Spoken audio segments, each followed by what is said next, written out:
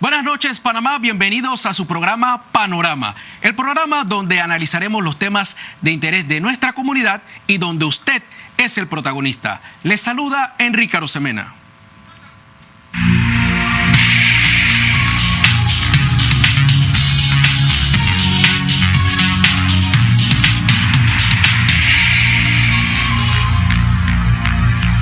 El déficit habitacional en Panamá era de 200.000 viviendas hace solo 2 años.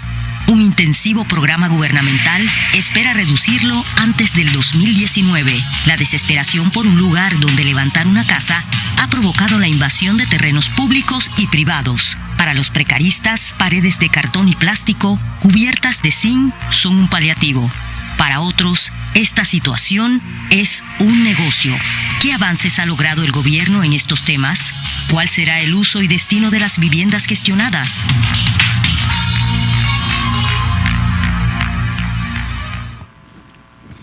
Iniciamos de inmediato Panorama con la invitación de Ramón Hernández, el exgerente del Banco Hipotecario, y con él vamos a hablar también la participación que tiene esta institución en el tema de vivienda de Panamá. Bienvenido, Ramón, a Panorama.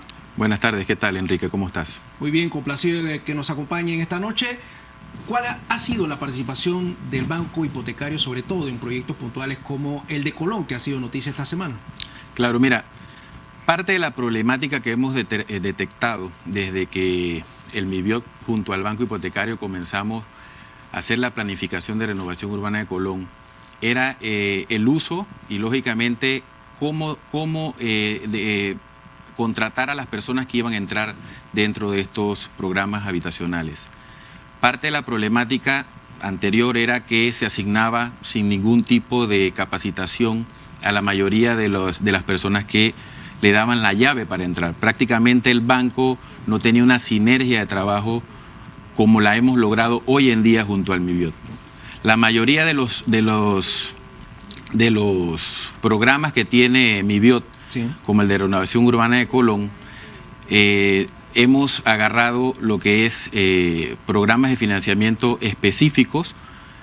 Detectamos 60% de las personas que están entrando a renovación urbana de Colón que trabajan, que laboran, ya sea como individuales o informales, y nosotros les estamos creando un programa específico para ellos para que no tengan ningún problema. En los programas anteriores, generalmente, la persona se le pedía carta de trabajo o se le pedían condiciones que realmente no podían cumplir. Parte de la problemática era no podíamos facturar y, lógicamente, la persona que entraba a los programas tenía un problema de que se sentía insegura en sus casas.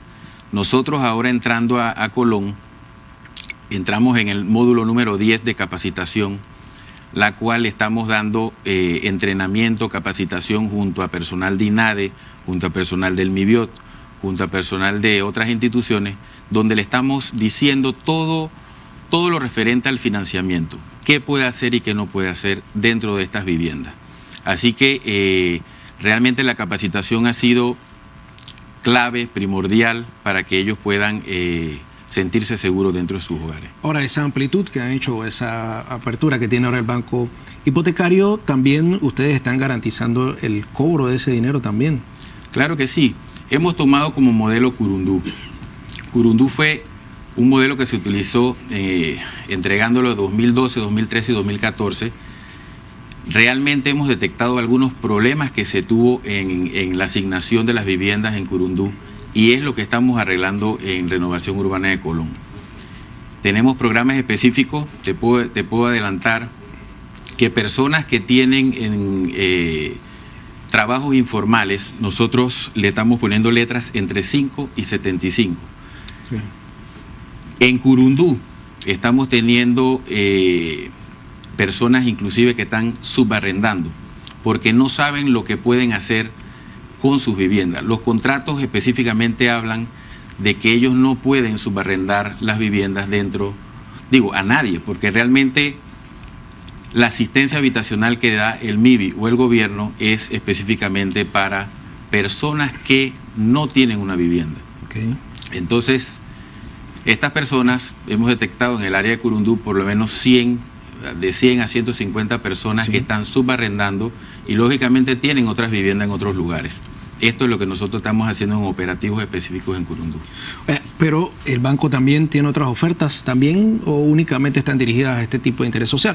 Digamos, hay panameños que existen panameños que no necesariamente tienen un problema económico, pero también desearían que el banco hipotecario financiara su proyecto de residencia. Claro, lo que pasa es que el banco hipotecario maneja dos carteras. Sí. Maneja la cartera proveniente del MIBIOT y maneja la cartera propia de inversión. Okay. Yo te puedo decir que al momento, al 31 de agosto, tenemos básicamente el 100% de financiamiento ya otorgado del presupuesto de inversión del banco hipotecario. Hemos modificado lo que es la operación del banco, bajando de un 60%, 75% más o menos que estaba el funcionamiento, y un 25% que teníamos de inversión, y hemos ido bajando paulatinamente. Ahora la cartera de inversión ha subido prácticamente a un 45%. En el plan quinquenal que nosotros realizamos, estamos modificando para que básicamente el 10% sea pura operación, pura cartera de operación, y el 90% sea para inversión de financiamiento propio. Ahora, las personas conocen muy poco de esto. ¿Cómo yo me acerco al banco hipotecario? ¿Dónde se pueden acercar para obtener la información de qué requisitos deben tener para ser beneficiados con un préstamo al banco hipotecario? Mira, nosotros le financiamos a las personas que laboran tanto en la empresa privada como funcionarios públicos. Te puedo hablar que el 74% de los financiamientos propios son otorgados a viviendas de segunda. El ramo de la vivienda nueva realmente la tiene lo que son los bancos, ya sea Caja de Ahorro o Banco Nacional. Nosotros vamos más hacia el mercado de vivienda de segunda. No es que la persona tenga una vivienda ya, sino vivienda de segunda. Hay muchas veces que el mercado ahorita mismo de viviendas nuevas no anda alrededor de los 50.000, sino que básicamente toda la oferta inmobiliaria está por encima de los 100.000. Pero tenemos una gran cantidad de panameños que no pueden pagar, lógicamente, este tipo de viviendas, y nosotros estamos cubriendo parte de la demanda de lo que es las transacciones de viviendas de segunda. Ahora, básicamente también existe entonces la opción, si tengo un proyecto de una barriada nueva, ¿puedo acercarme también? Sí, claro que sí. Lo que pasa es que el banco hipotecario, su cartera la dirige más hacia viviendas de segunda, porque la cartera de los bancos estatales o de los bancos privados tiene la tasa, un poquito la tasa mejor que la que nosotros tenemos, ¿no? Un mensaje entonces a aquellos interesados entonces en acercarse a el banco hipotecario y escuchar, ¿no?, la oferta que tiene también la institución. Bueno, realmente el banco hipotecario está cambiando la operatividad a nivel nacional. Son 11 sucursales que tenemos a lo largo y ancho del país. Pero realmente el banco hipotecario le da asistencia a las personas que por alguna razón no son atendidas por la banca tradicional. Okay. Sobre todo, toda la cartera que proviene del MIBIOT. Estamos hablando alrededor de más de 100.000 casas que van a estar siendo hechas en los próximos 5 años. Esto no se había dado a lo largo de la historia. Podemos hablar que la cartera mayor que ha tenido el banco hipotecario en su historia ha sido 64.000 préstamos o viviendas que ha tenido. Nosotros prácticamente vamos a duplicar esta cantidad en entrega de casa. Solamente en Renovación Urbana de Colón, estamos hablando que para julio las 1.040 familias que están entrando totalmente capacitadas van a estar obteniendo su vivienda nueva, y que van a tener una letra muy accesible. Ya les dije, entre 5 y 75, dependiendo del programa en que van a entrar, porque realmente tenemos hay 34 de las primeras 1.040. Tenemos 34 personas que por alguna razón son mayores de 70. No se les va a abandonar, sino que se les va a dar una opción. Muchas gracias a Ramón Hernández, gerente del Banco Hipotecario. Vamos a hacer nuestra primera pausa. Al regresar, el ministro de Vivienda, Mario Chaleco, y también, si la semana pasada el invitado fue de luz, usted no tiene ni idea de quién tenemos esta semana de invitado. Hacemos una pausa y regresamos con más.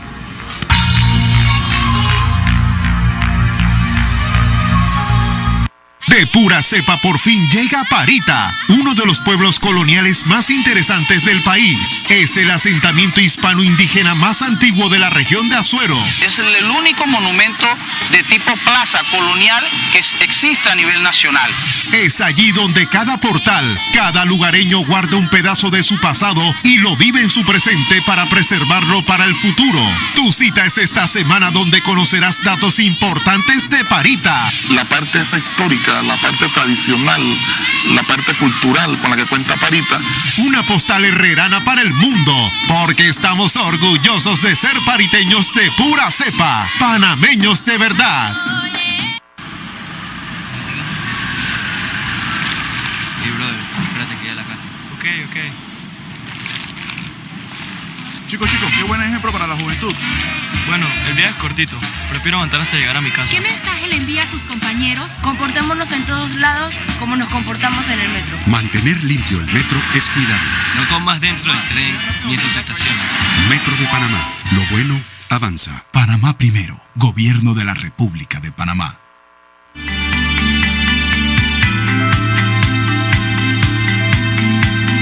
Hace más de 20 años está este problema por solucionar. Los malos colores que hemos estado pasando durante años. Santiago cuenta hoy con un nuevo proyecto, un sistema de alcantarillado de 95 millones de dólares que va a cubrir a más del 95% de esta ciudad, beneficiar a más de 130.000 personas.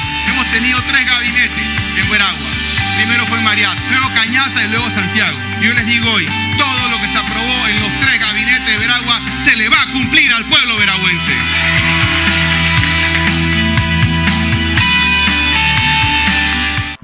El día 1 yo trabajo ahí como aseadora en el proyecto Villa La Esperanza y me tomaron en cuenta y estoy muy contenta con mi trabajo. Yo vine aquí a vivir de la edad de 8 o 9 años, que estaban en las barraquitas, que eso le decían la porqueriza. Uno no podía vivir ahí, sinceramente, con esa agua sucia, que eso estaba feo, la rata, la basura, no había donde hacer servicio. No reclaman un baño. Pensé que ahí en esas barraquitas iban a hacer este proyecto tan bonito que ha quedado ahora. Ese es mi sueño, pues tener mi propio apartamento con mis hijos, estar con mi familia allá. Este país no lo para nadie. Vive las emociones de la Liga Profesional de Baloncesto, Copa Tabo Castañeda por Ser TV, este sábado 10 de septiembre en el gimnasio de la USMA, desde las 7 de la noche, en donde los halcones de Calle P reciben a los toros de Chiriquí, y a segunda hora, Panteras de Parque Lefebre contra Correcaminos de Colón, por Ser TV, porque en deportes no nos para nadie.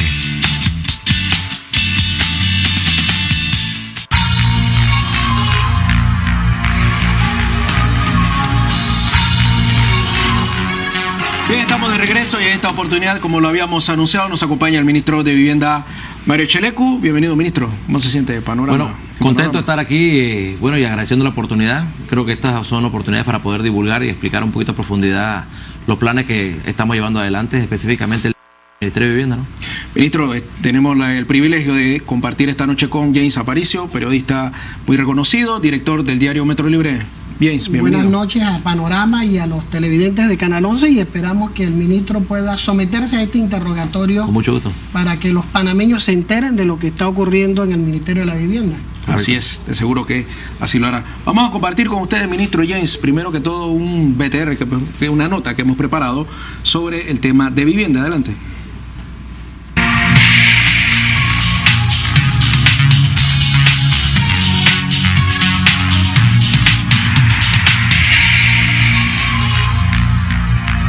Mi casa era completamente forrada de zinc. De madera con zinc y playwood. Tenían los pisos, pero a veces en la lluvia se mojaba, había gotera. Bueno, ha habido un cambio muy diferente, muy bueno. Es muy bonito, porque yo sé que ya le tengo una casa a mis hijos. Esta mañana recordaba que ya no andaba con los pies sucios, llenos de lodo, porque había que salir cuando estaba el tiempo mojado a fregar. Más allá de habitar una estructura material, estas familias sienten la seguridad que un hogar puede brindarles. Ellos son algunos de los más de 163,000 panameños incorporados al programa Techos de Esperanza. El Ministerio de Vivienda y Ordenamiento Territorial ejecuta 68 proyectos en todo el país. Edwin y Carlos son parte del pie de fuerza laboral que dejó atrás la venta informal en los semáforos. Se siente bien ya trabajar ahí en tu vivienda y que te paguen, pues. Gracias a Dios mi hija tiene su pan al día. Hemos aprendido bastante. Antes eran ayudantes, por lo menos ahora podemos con un camarón por fuera. La actual administración del MIBIO respalda a unas 3,000 familias con bonos de hasta 10,000 balboas a través del Fondo Solidario para mejorar sus viviendas. Vetustos multifamiliares custodian un Colón que parece congelado en el tiempo. Las necesidades brotan de sus más profundas entrañas. Primeramente, las calles, el agua, miren los callejones que están llenos de basura. En otras calles se respira un Colón renovado. El Estado avanza en la construcción de 5,000 viviendas, la restauración del casco antiguo, así como en proyectos de sanidad básica, alcantarillado, áreas de recreación e implementa programas sociales. Nosotros mismos tenemos que ser los guardianes. Nosotros mismos tenemos que cuidar. Porque si usted no cuida, ¿quién lo va a cuidar? Porque tenemos que cambiar primero nuestra ideología. Si no cuidamos, todo el tiempo vamos a vivir lo mismo. La renovación de Colón contrata y brinda asistencia a 2,400 jóvenes en riesgo social, quienes ahora conviven en paz.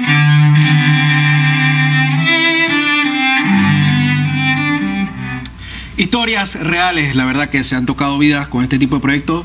Ministro, escuchamos al presidente en estos días hablar que era como un parto realmente, ¿no? Al final ciertas incomodidades, pero se vive una nueva realidad en Colón y en casas también que antes eran de techo, de barro. ¿Qué se siente formar parte de ese cambio?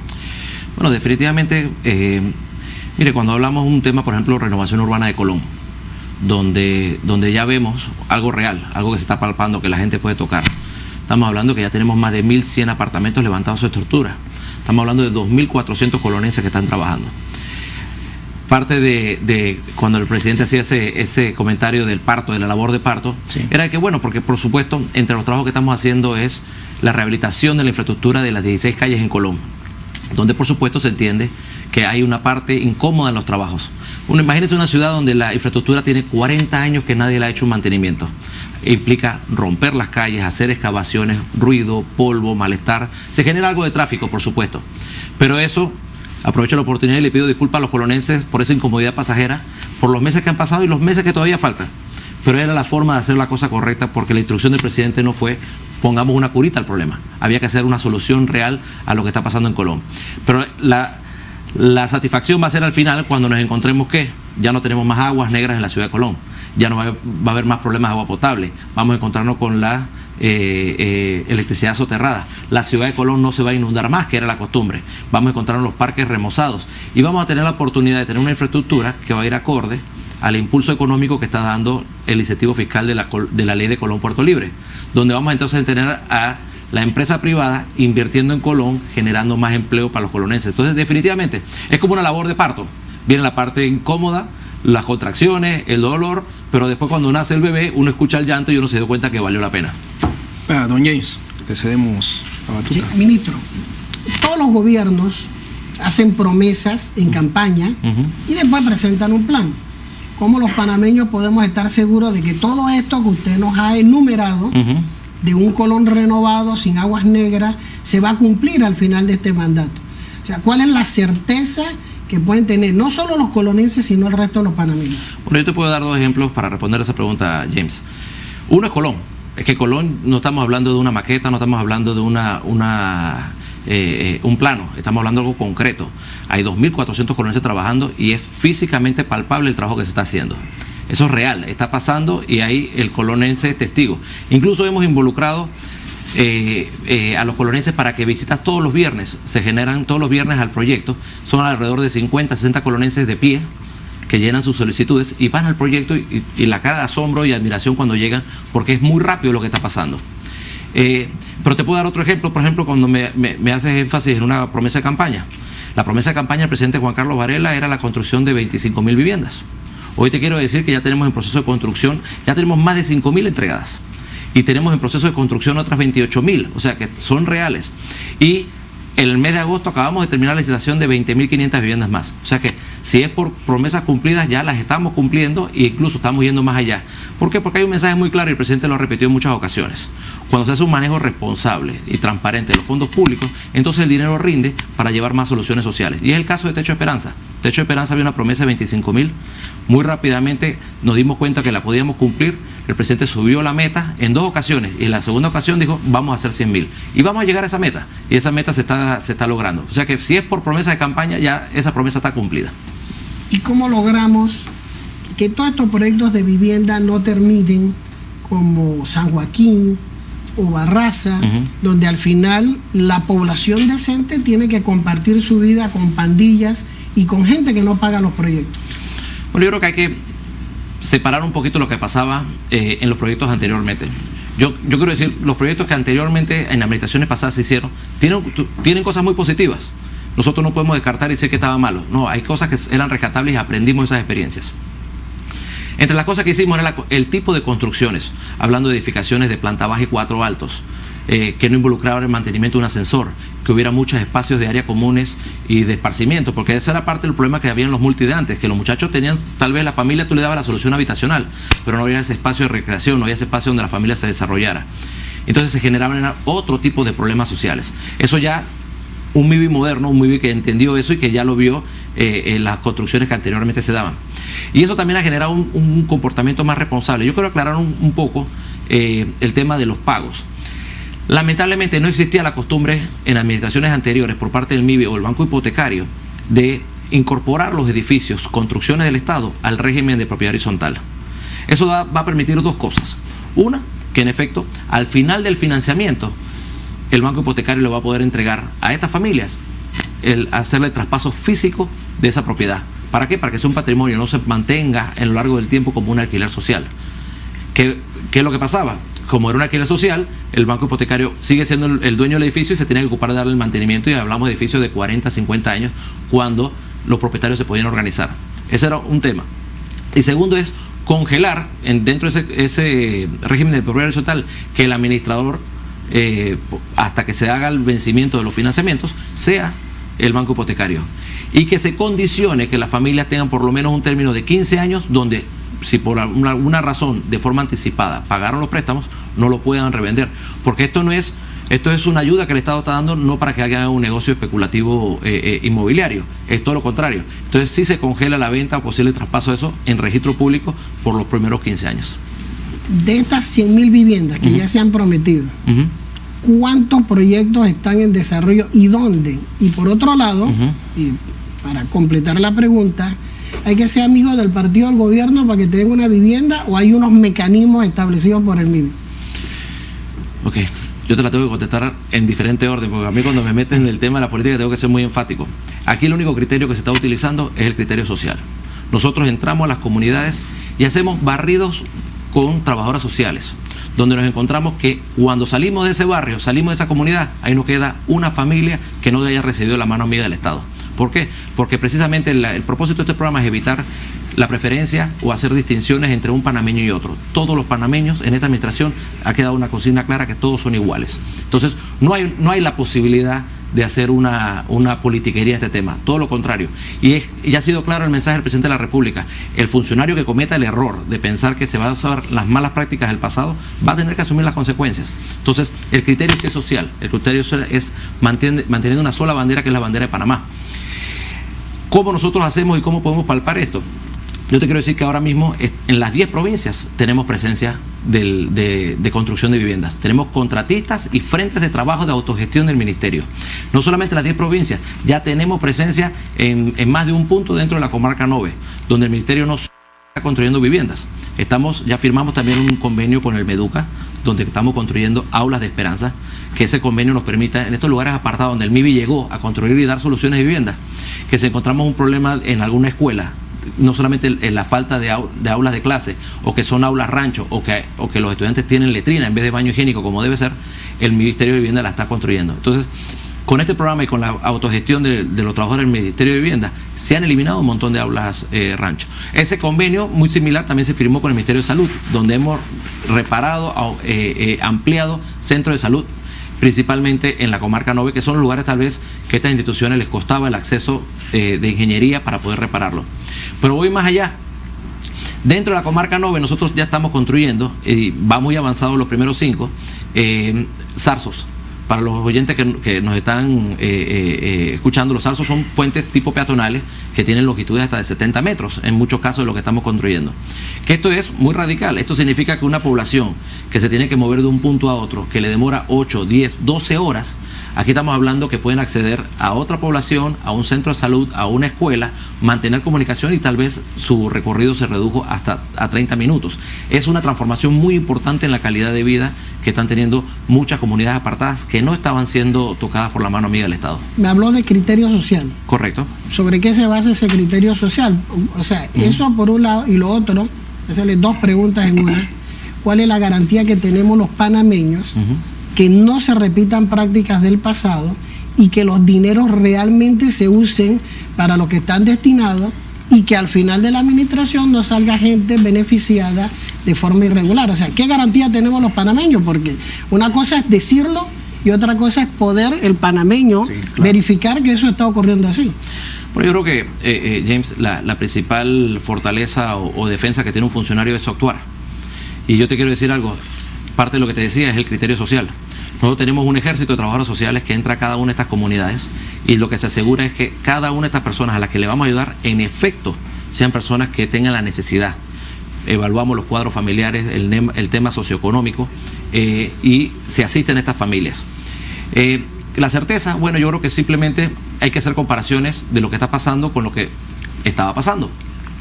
El Ministerio de Vivienda hoy está contratando soluciones de vivienda que cuestan la mitad de lo que costaba en la administración anterior. Que yo sepa, los costos de los materiales de inflación normalmente aumentan los precios, no los reducen. ¿Hay alguna explicación por la cual estamos contratando las cosas a mitad de precio? Y yo creo que simplemente hay que hacer ese análisis y siempre con la conciencia que cada dólar que le ahorremos al Estado es un dólar que vamos a tener a disposición para ayudar a más panameños. Don James, me da un segundo para permitirle a la población también participar de este programa. Vamos a leer uno de los tweets en esta oportunidad que nos escribe Diana Díaz y la pregunta en nuestras redes sociales donde participan los panameños es ¿por qué no hacen mejor publicidad sobre esos proyectos para conocerlos? Es la primera pregunta, ministro. Bueno, yo creo que es una pregunta muy válida y en efecto la publicidad es un tema paulatino que se va a ir dando. Pero primero había que concretar cosas, había que ordenar la casa. Yo personalmente en el Ministerio de Vivienda tuve que ordenar varios proyectos que venían de continuidad. Muchos de ellos hubo que suspenderlos, llamar a licitaciones nuevamente. Es el caso del proyecto Ave Fénix. Ave Fénix es un proyecto que cuando yo entré se estaba construyendo en el Chorrillo, quedó suspendido, parado, temas judiciales, un proceso mal de expropiación, unos precios que nadie entendía y un solo proponente a la hora de dar precio. Ese mismo proyecto yo lo licité nuevamente, lo suspendimos, arreglamos los problemas de expropiación, problemas administrativos, participaron 6 proponentes y ese apartamento del precio unitario, en vez de ser contratado en $86,000 como fue el precio de la administración pasada, se terminó contratando en $43,000. O sea, y con una participación masiva de 6 proponentes. Entonces yo creo que sí se ha mandado una regla clara, las reglas claras del juego. La empresa privada comprometida, seria, de trayectoria, está participando, se siente a gusto con lo que está viendo. Tenemos más de 40 contratistas que están participando como contratistas a nivel nacional del programa de Techo de Esperanza. Quiero decir algo que es importante. Hoy es el día que tenemos de forma directa o indirecta trabajando en construcción de viviendas, ya sea por personal de autogestión del Ministerio de Vivienda o por los contratistas del Estado, más de 13.000 personas a nivel nacional. Y no solamente estamos hablando de renovación urbana, estamos hablando de Techo Esperanza, estamos hablando de Ciudad Esperanza, Residencial de San Antonio y cerca de 28 proyectos más que se están ejecutando, que son aparte de los conocidos Techo de Esperanza y Renovación Urbana. O sea, estamos abarcando todo el país porque la responsabilidad es grande y la necesidad que se encontró es muy grande también. Hay otra pregunta en redes sociales también. En esta oportunidad nos escribe Marisa, ella @MarisaPTJ y pregunta ¿por qué adecua leyes que afectan a las casas de quienes sí pagamos, mientras que parece muy preocupado por las casas de interés social? Mire, la realidad es que cuando uno hace el análisis, yo le quiero explicar al oyente lo siguiente. Existe la ley de interés preferencial existen esas soluciones. Existe la accesibilidad al crédito para muchas familias que tienen eso. La forma más fácil de ayudar a estas personas que tienen acceso y que pueden pagar su vivienda es mejorando la tramitología, es mejorando la permisología, es mejorando, ¿para qué? Para que se convertirnos en un facilitador a la empresa privada para que construya estas viviendas. Pero nosotros teníamos que enfocar en un segmento de la población que estaba totalmente vulnerable y olvidado. Y seamos claros, hay que ser solidarios. Y con mucho gusto lo vamos a seguir haciendo. Pero también hay un detalle que no le han prestado atención, que es el tema del bono solidario. Bono Solidario es una iniciativa que inició con el presidente Juan Carlos Varela como vicepresidente del gobierno anterior. Nos dimos cuenta de que al pasar el tiempo el bono había quedado obsoleto. Entonces, entrando a esta administración, le hicimos una modificación. Subimos las viviendas que eran hasta 40.000 balboas, las subimos a 50.000. Y el bono solidario, que era de 5.000, lo subimos a 10.000. Cuando entramos a la administración nos encontramos que eran 73 promotoras las que estaban registradas al programa del bono solidario. Hoy tenemos 425 promotoras. Esas 425 promotoras hoy están en construcción o aprobación de trámites para construir 32.168 viviendas a nivel nacional. Eso es aparte de las 100.000 que el Estado... Y si yo quiero, ministro, perdón, yo estuviera en una condición social difícil, ¿cómo puedo participar en estos proyectos de vivienda y cómo puedo participar en el bono solidario? Porque mucha gente no sabe. ¿Cómo no? Entonces, al final, podría ocurrir que sean las redes políticas las que terminen manejando estos programas del gobierno y se beneficia a un grupo y se deja a otro grupo aparte. Bueno, cada que tenemos la oportunidad de divulgamos, que obviamente estamos a disposición en todos los centros regionales del país, la sede del Ministerio de Vivienda y las oficinas de enlace.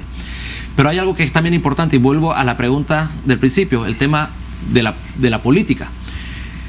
El gobierno nacional está haciendo todos los trabajos a nivel nacional de los programas sociales en sinergia con las autoridades locales. Yo personalmente he visitado todos los consejos provinciales más de una ocasión.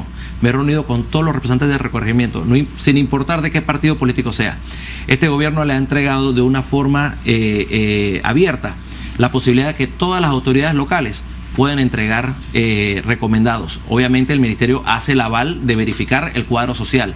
Y entramos a cada una de las comunidades. Y si encontramos, y esta parte es bien importante, y si encontramos que nos recomendaron una persona que vive aquí, otra por acá, pero en el entorno de esta persona había 3, 4 más que necesitaban la ayuda, los atendemos, porque no nos vamos a dar el lujo de que algunos sientan de que esto tiene preferencia y que se están quedando gente atrás. Entonces, esos son los mecanismos que estamos haciendo. Entonces, yo creo que la forma más clara es decir, trabajamos con todos. Aquí no hay ninguna autoridad local. Aquí no hay ningún representante de corregimiento, ningún alcalde que no diga que en el Ministerio de Vivienda se le han atendido las solicitudes. Ninguna. Si hay alguno, tal vez por una condición de difícil acceso, porque eso ha ido paulatinamente. En el año 2015, que se licitaron 15.000 viviendas, había una condición de cómo se podía accesar al lote del beneficiario. En las que acabamos de licitar en el 2016, ya estamos ampliando al concepto de difícil acceso. Y en el 2017 ya viene el concepto de difícil acceso e incluso hasta la posibilidad de hacer un transporte marítimo en la logística de los materiales. El ministerio siempre se le menciona por un asunto que inquieta a los ciudadanos, la zonificación. Con el crecimiento de las ciudades, pues pareciera que hay una construcción desordenada y vemos zonas en la ciudad y en algunas provincias donde se construyen 4 o 5 edificios con una callecita pequeñita. Correcto. Le pongo el ejemplo, La Sabana. Se están construyendo torres y torres y torres y es una calle donde de a milagros cabe un vehículo.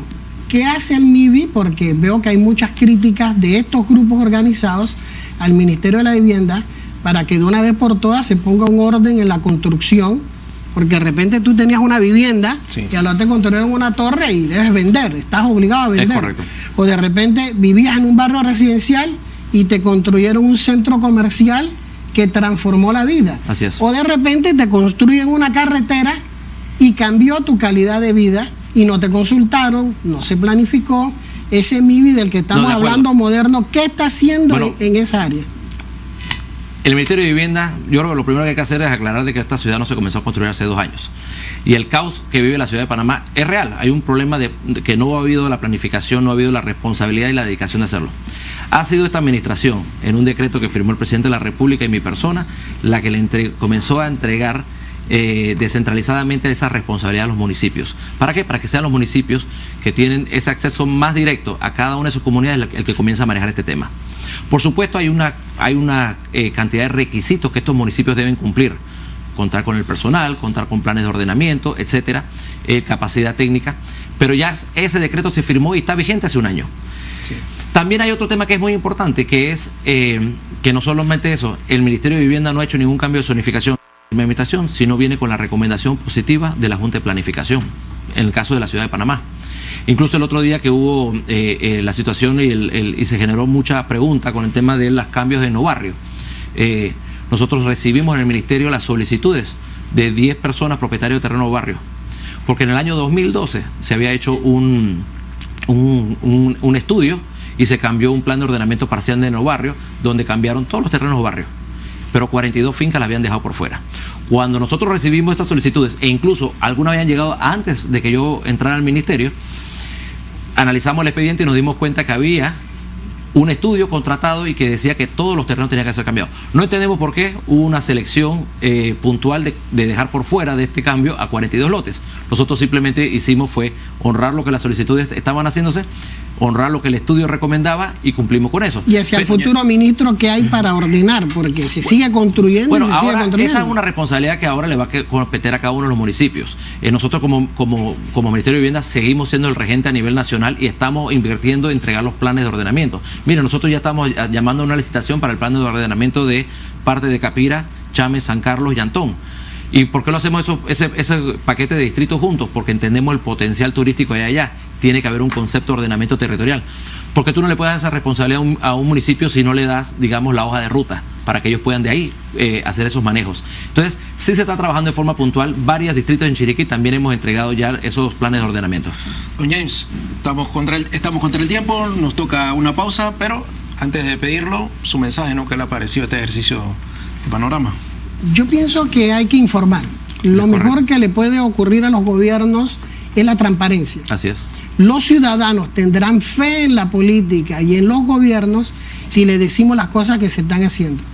Si las decimos con claridad, con puntualidad y con sinceridad, yo creo, ministro, que este gobierno va a tener éxito y la política va a ser considerada con respeto por los ciudadanos. Y ojalá que este programa social de 100.000 viviendas se construyan, que sean buenas viviendas, que no tengan rajaduras, que las aguas negras no se salgan por debajo y que la gente esté feliz. Pues yo creo que cada vez que se hace algo por la gente pobre, se transforma su vida. Y si ese es el propósito de ese plan, créame que la gente en la calle lo va a aplaudir. Si no es así, en las urnas la gente dará su veredicto. Así mismo.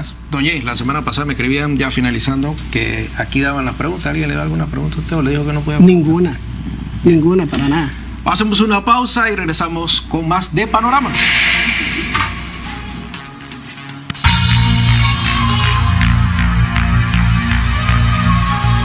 Esta semana Raíces te invita a que explores un mundo donde las tortugas marinas encuentran el hábitat perfecto. Además, no podíamos dejar de disfrutar de las fiestas patronales de Perales.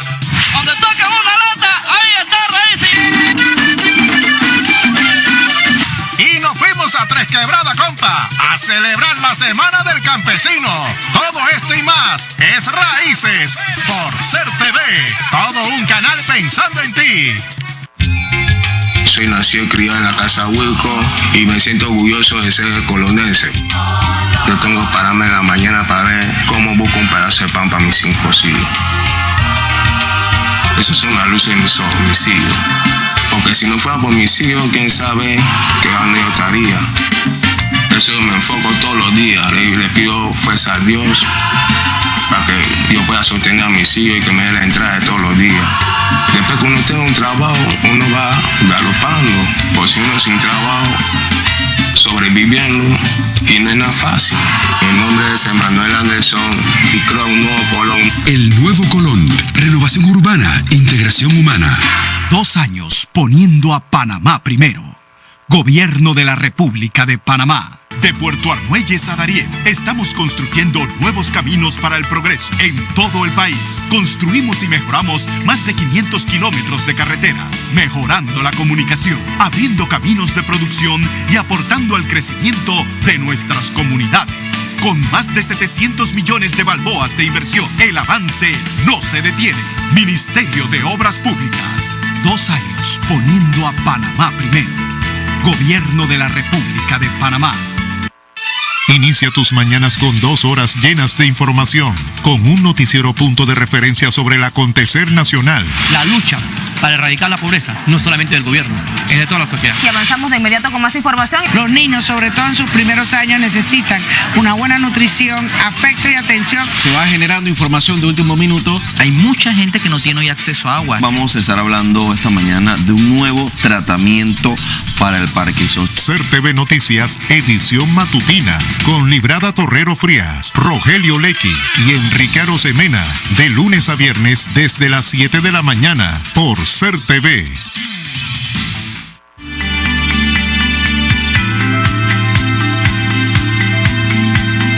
Hace más de 20 años está este problema por solucionar. Los malos colores que hemos estado pasando durante años. Santiago cuenta hoy con un nuevo proyecto, un sistema de alcantarillado de 95 millones de dólares que va a cubrir a más del 95% de esta ciudad, beneficiar a más de 130.000 personas. Hemos tenido 3 gabinetes en Veragua. Primero fue Mariat, luego Cañaza y luego Santiago. Yo les digo hoy, todo lo que se aprobó en los 3 gabinetes de Veragua se le va a cumplir al pueblo veragüense.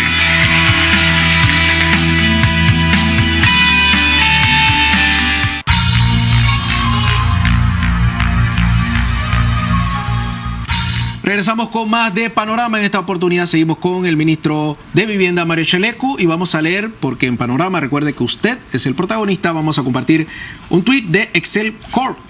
Él dice: evaluar el uso de tecnologías en viviendas de interés social es aportar al uso correcto de los servicios públicos. Ministro. Es correcto, totalmente válido. Mira, nosotros hemos... en las contrataciones de viviendas que hemos hecho, hemos establecido algunas cosas que son bien importantes. Hay unos códigos de construcción que la norma establece: tamaño de tubería, tipo de materiales, etcétera. Nosotros hemos visto la durabilidad que han tenido muchos métodos que están aprobados, históricamente aprobados, pero que de repente a lo largo de 10, 12 años ya presentaban algunos deterioros que no eran aceptables. Sí. Entonces, en todos estos pliegos de contratación nosotros hemos establecido que tienen que ser los métodos aprobados por la Universidad Tecnológica, y a su vez tiene que ser aprobado por el Ministerio de Vivienda. Y con eso hemos reducido muchos métodos a veces que tal vez no son aptos para el clima de Panamá, la humedad, la cantidad de lluvia, y hemos evitado que estos materiales que de repente no son los adecuados se utilicen. Sí, eso le iba a preguntar, porque se piensa que como son casas para pobres, son a veces unas calderas, son una cajeta de fósforo. No, todo lo contrario. Yo te quiero decir, estos son casas de 41 metros cuadrados que tienen 2 recámaras, un baño, el área de sala, comedor y el espacio de la cocina. Pero la construcción de estas viviendas son con concreto macizo. Me explico, es concreto macizo y acero reforzado en la parte de adentro, o la construcción de bloque. Depende, hay a veces por un tema logístico de movilización, de características del terreno, que se construye de una u otra forma. Pero es o bloque, como conocemos tradicionalmente, o concreto armado, que es el caso que ustedes ven en las tomas de Colón. Colón, los edificios son de concreto macizo, esos son la calidad superiorcísima. Ahora, estas casas, ¿ustedes van entrando solo como MIBI o entran con el IDAN, con el sistema alcantarillado, con el tema de sanidad básica? ¿Hay un trabajo en equipo? Hay un trabajo en equipo en muchas ocasiones. Bueno, la realidad es que las cuadrillas de Techo de Esperanza son cuadrillas bastante completas. Entonces, muchas veces resolvemos también otros temas que son mucho más que construir una vivienda. Por supuesto, vamos resolviendo desde aceras, viabilidad, en algunos casos cunetas. Tenemos muy buena comunicación, respaldo de otras instituciones, el caso del IDAN, el caso del MOP, incluso también de instituciones más sociales como lo es el MIDES, e incluso el Ministerio de Salud. Hay lugares donde hemos entrado que se terminan esa entrada dándose jornadas de salud. Hemos logrado encontrar personas que de repente tienen que ser incluidas en alguno de los subsidios que está dando el MIDES con el tema de la beca universal, del ángel guardián. Sí. Y son muchos casos. O sea que sí hay una coordinación muy buena entre todas las instituciones. Tenemos otra pregunta de redes sociales, y en esta oportunidad nos escribe Anastasia Pilarinos. Dice: evitar problemas de zonificación otorgando cambios para edificios a orilla de mar es lógico por todo. Miren, definitivamente yo quiero comentarte algo. Estoy totalmente de acuerdo. Cuando yo entré al puesto, recibimos varias denuncias de situaciones que se habían dado en los últimos días de la administración pasada con cambios de zonificación. La verdad que no teníamos la competencia o el poder legal para poder dar un cambio de zonificación otorgado por la administración pasada. Pero sí estábamos de acuerdo en que se habían dado mal o que no había un sustento técnico, científico que respaldara ese cambio de zonificación. Entonces procedimos a suspender estos cambios temporalmente. La suspensión casi duró como 18 meses, después algunos apelaron, la Corte dio instrucción de que esa suspensión tenía que levantarse, pero en ese interín comprendimos la responsabilidad que era pasarle este trabajo a los municipios. Sí. Y es que sale este decreto. Mire, yo creo que es bien importante. Este gobierno no solamente ha hecho un trabajo de descentralización a nivel de pasarle recursos a las juntas comunales para que puedan invertir, también le está pasando las responsabilidades, como es el tema de ordenamiento territorial. Y que ya una junta comunal que tenga recursos, también va a poder esa autoridad local ser responsable de mantener sus escuelas, reparar centros de salud, asistir en ese tipo de cosas que son temas que la comunidad necesita y que son de atención a la comunidad directamente. Hablando de atención a la comunidad, no solo temas de salud, hay personas de riesgo social, entiendo que también un grupo de mujeres, de jóvenes que están en riesgo social y que se han ido sumando a este tipo de proyectos. Mira, el gobierno nacional tiene un programa muy bueno que se llama Barrio Seguro. Entonces te lo pongo así, para que tengan una idea. Cada vez que nosotros entramos como Ministerio de Vivienda a trabajar en alguno de estos proyectos, ya sean de autogestión o de contratistas, obviamente está el personal técnico, el más capacitado para poder construir lo mejor posible estas viviendas, pero tenemos también, incorporamos a personas que viven en la comunidad, porque la intención es también llevarle empleo y la posibilidad de que ellos se superen, se capacitan, pero también llevamos a muchachos que forman parte del programa de Barrios Seguros, que ya pasaron un programa de reinserción, trabajadores sociales, psicólogos, varios cursos del INADE.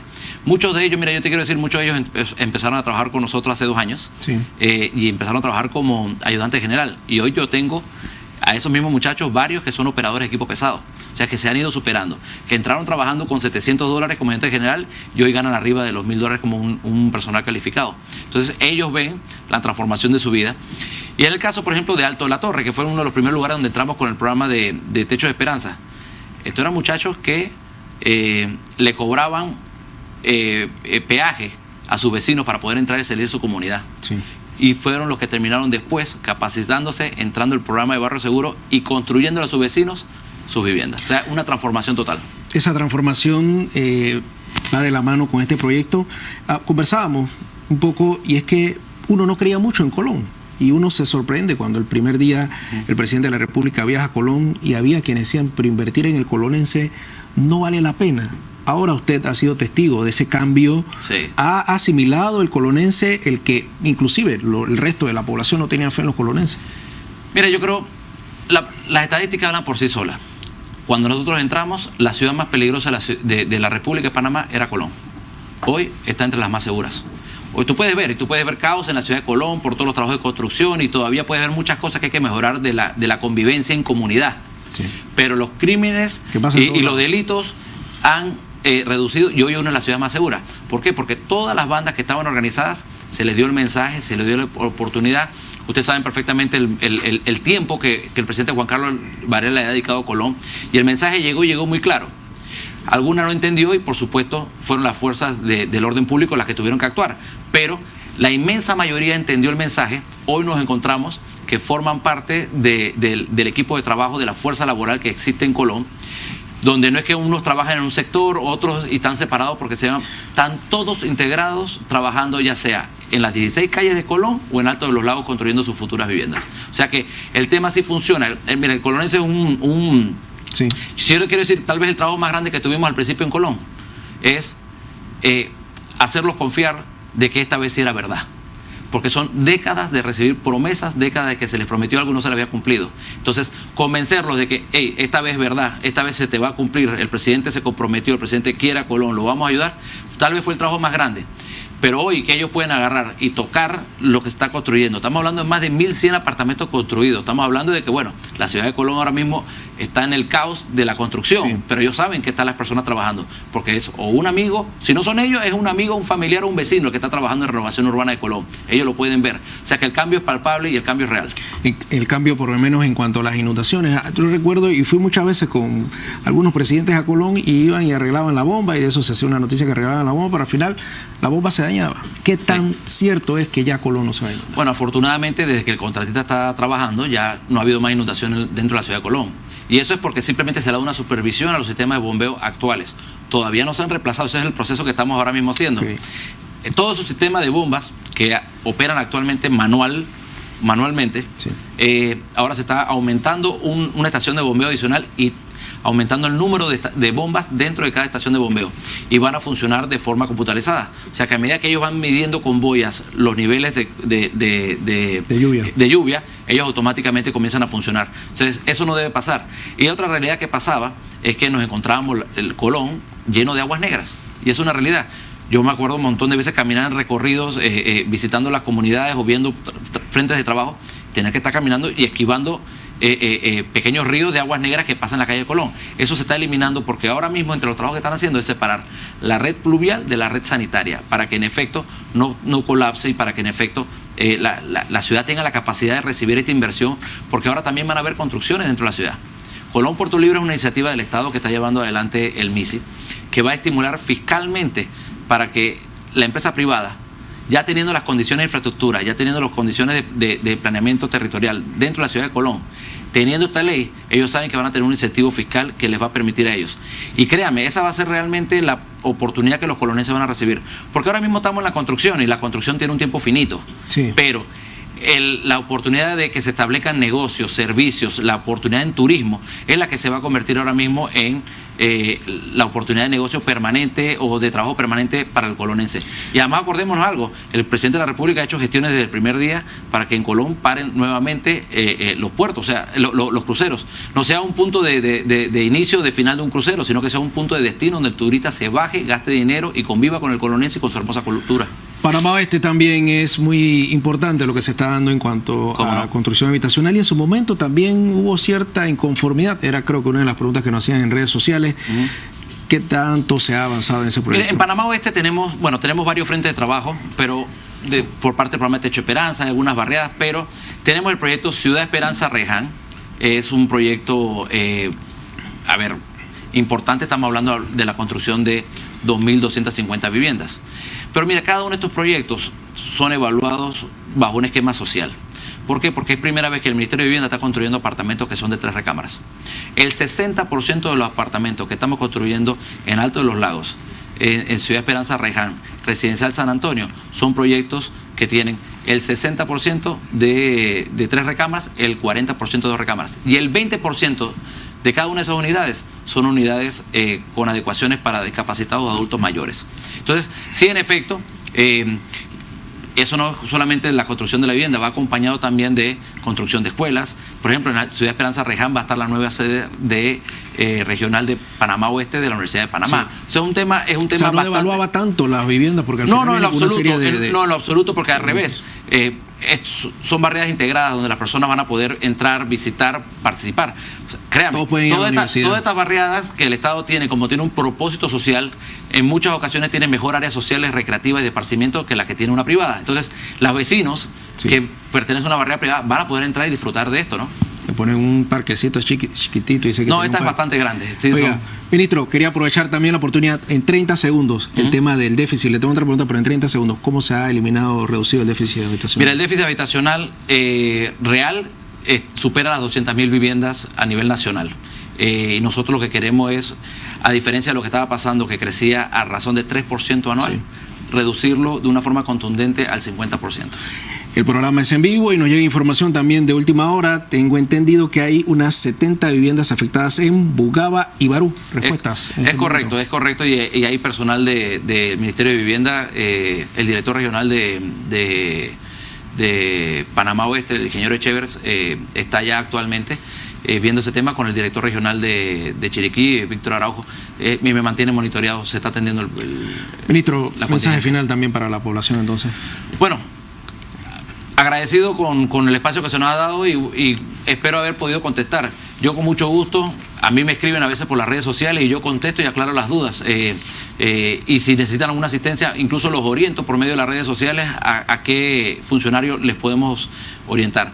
Lo importante es que ustedes sepan que en efecto se está trabajando de una forma transparente, logrando los mejores costos, cuidando la plata del pueblo panameño y, eso sí, respetando que el criterio que se utiliza a la hora de invertir socialmente sea el criterio de la persona que lo necesite.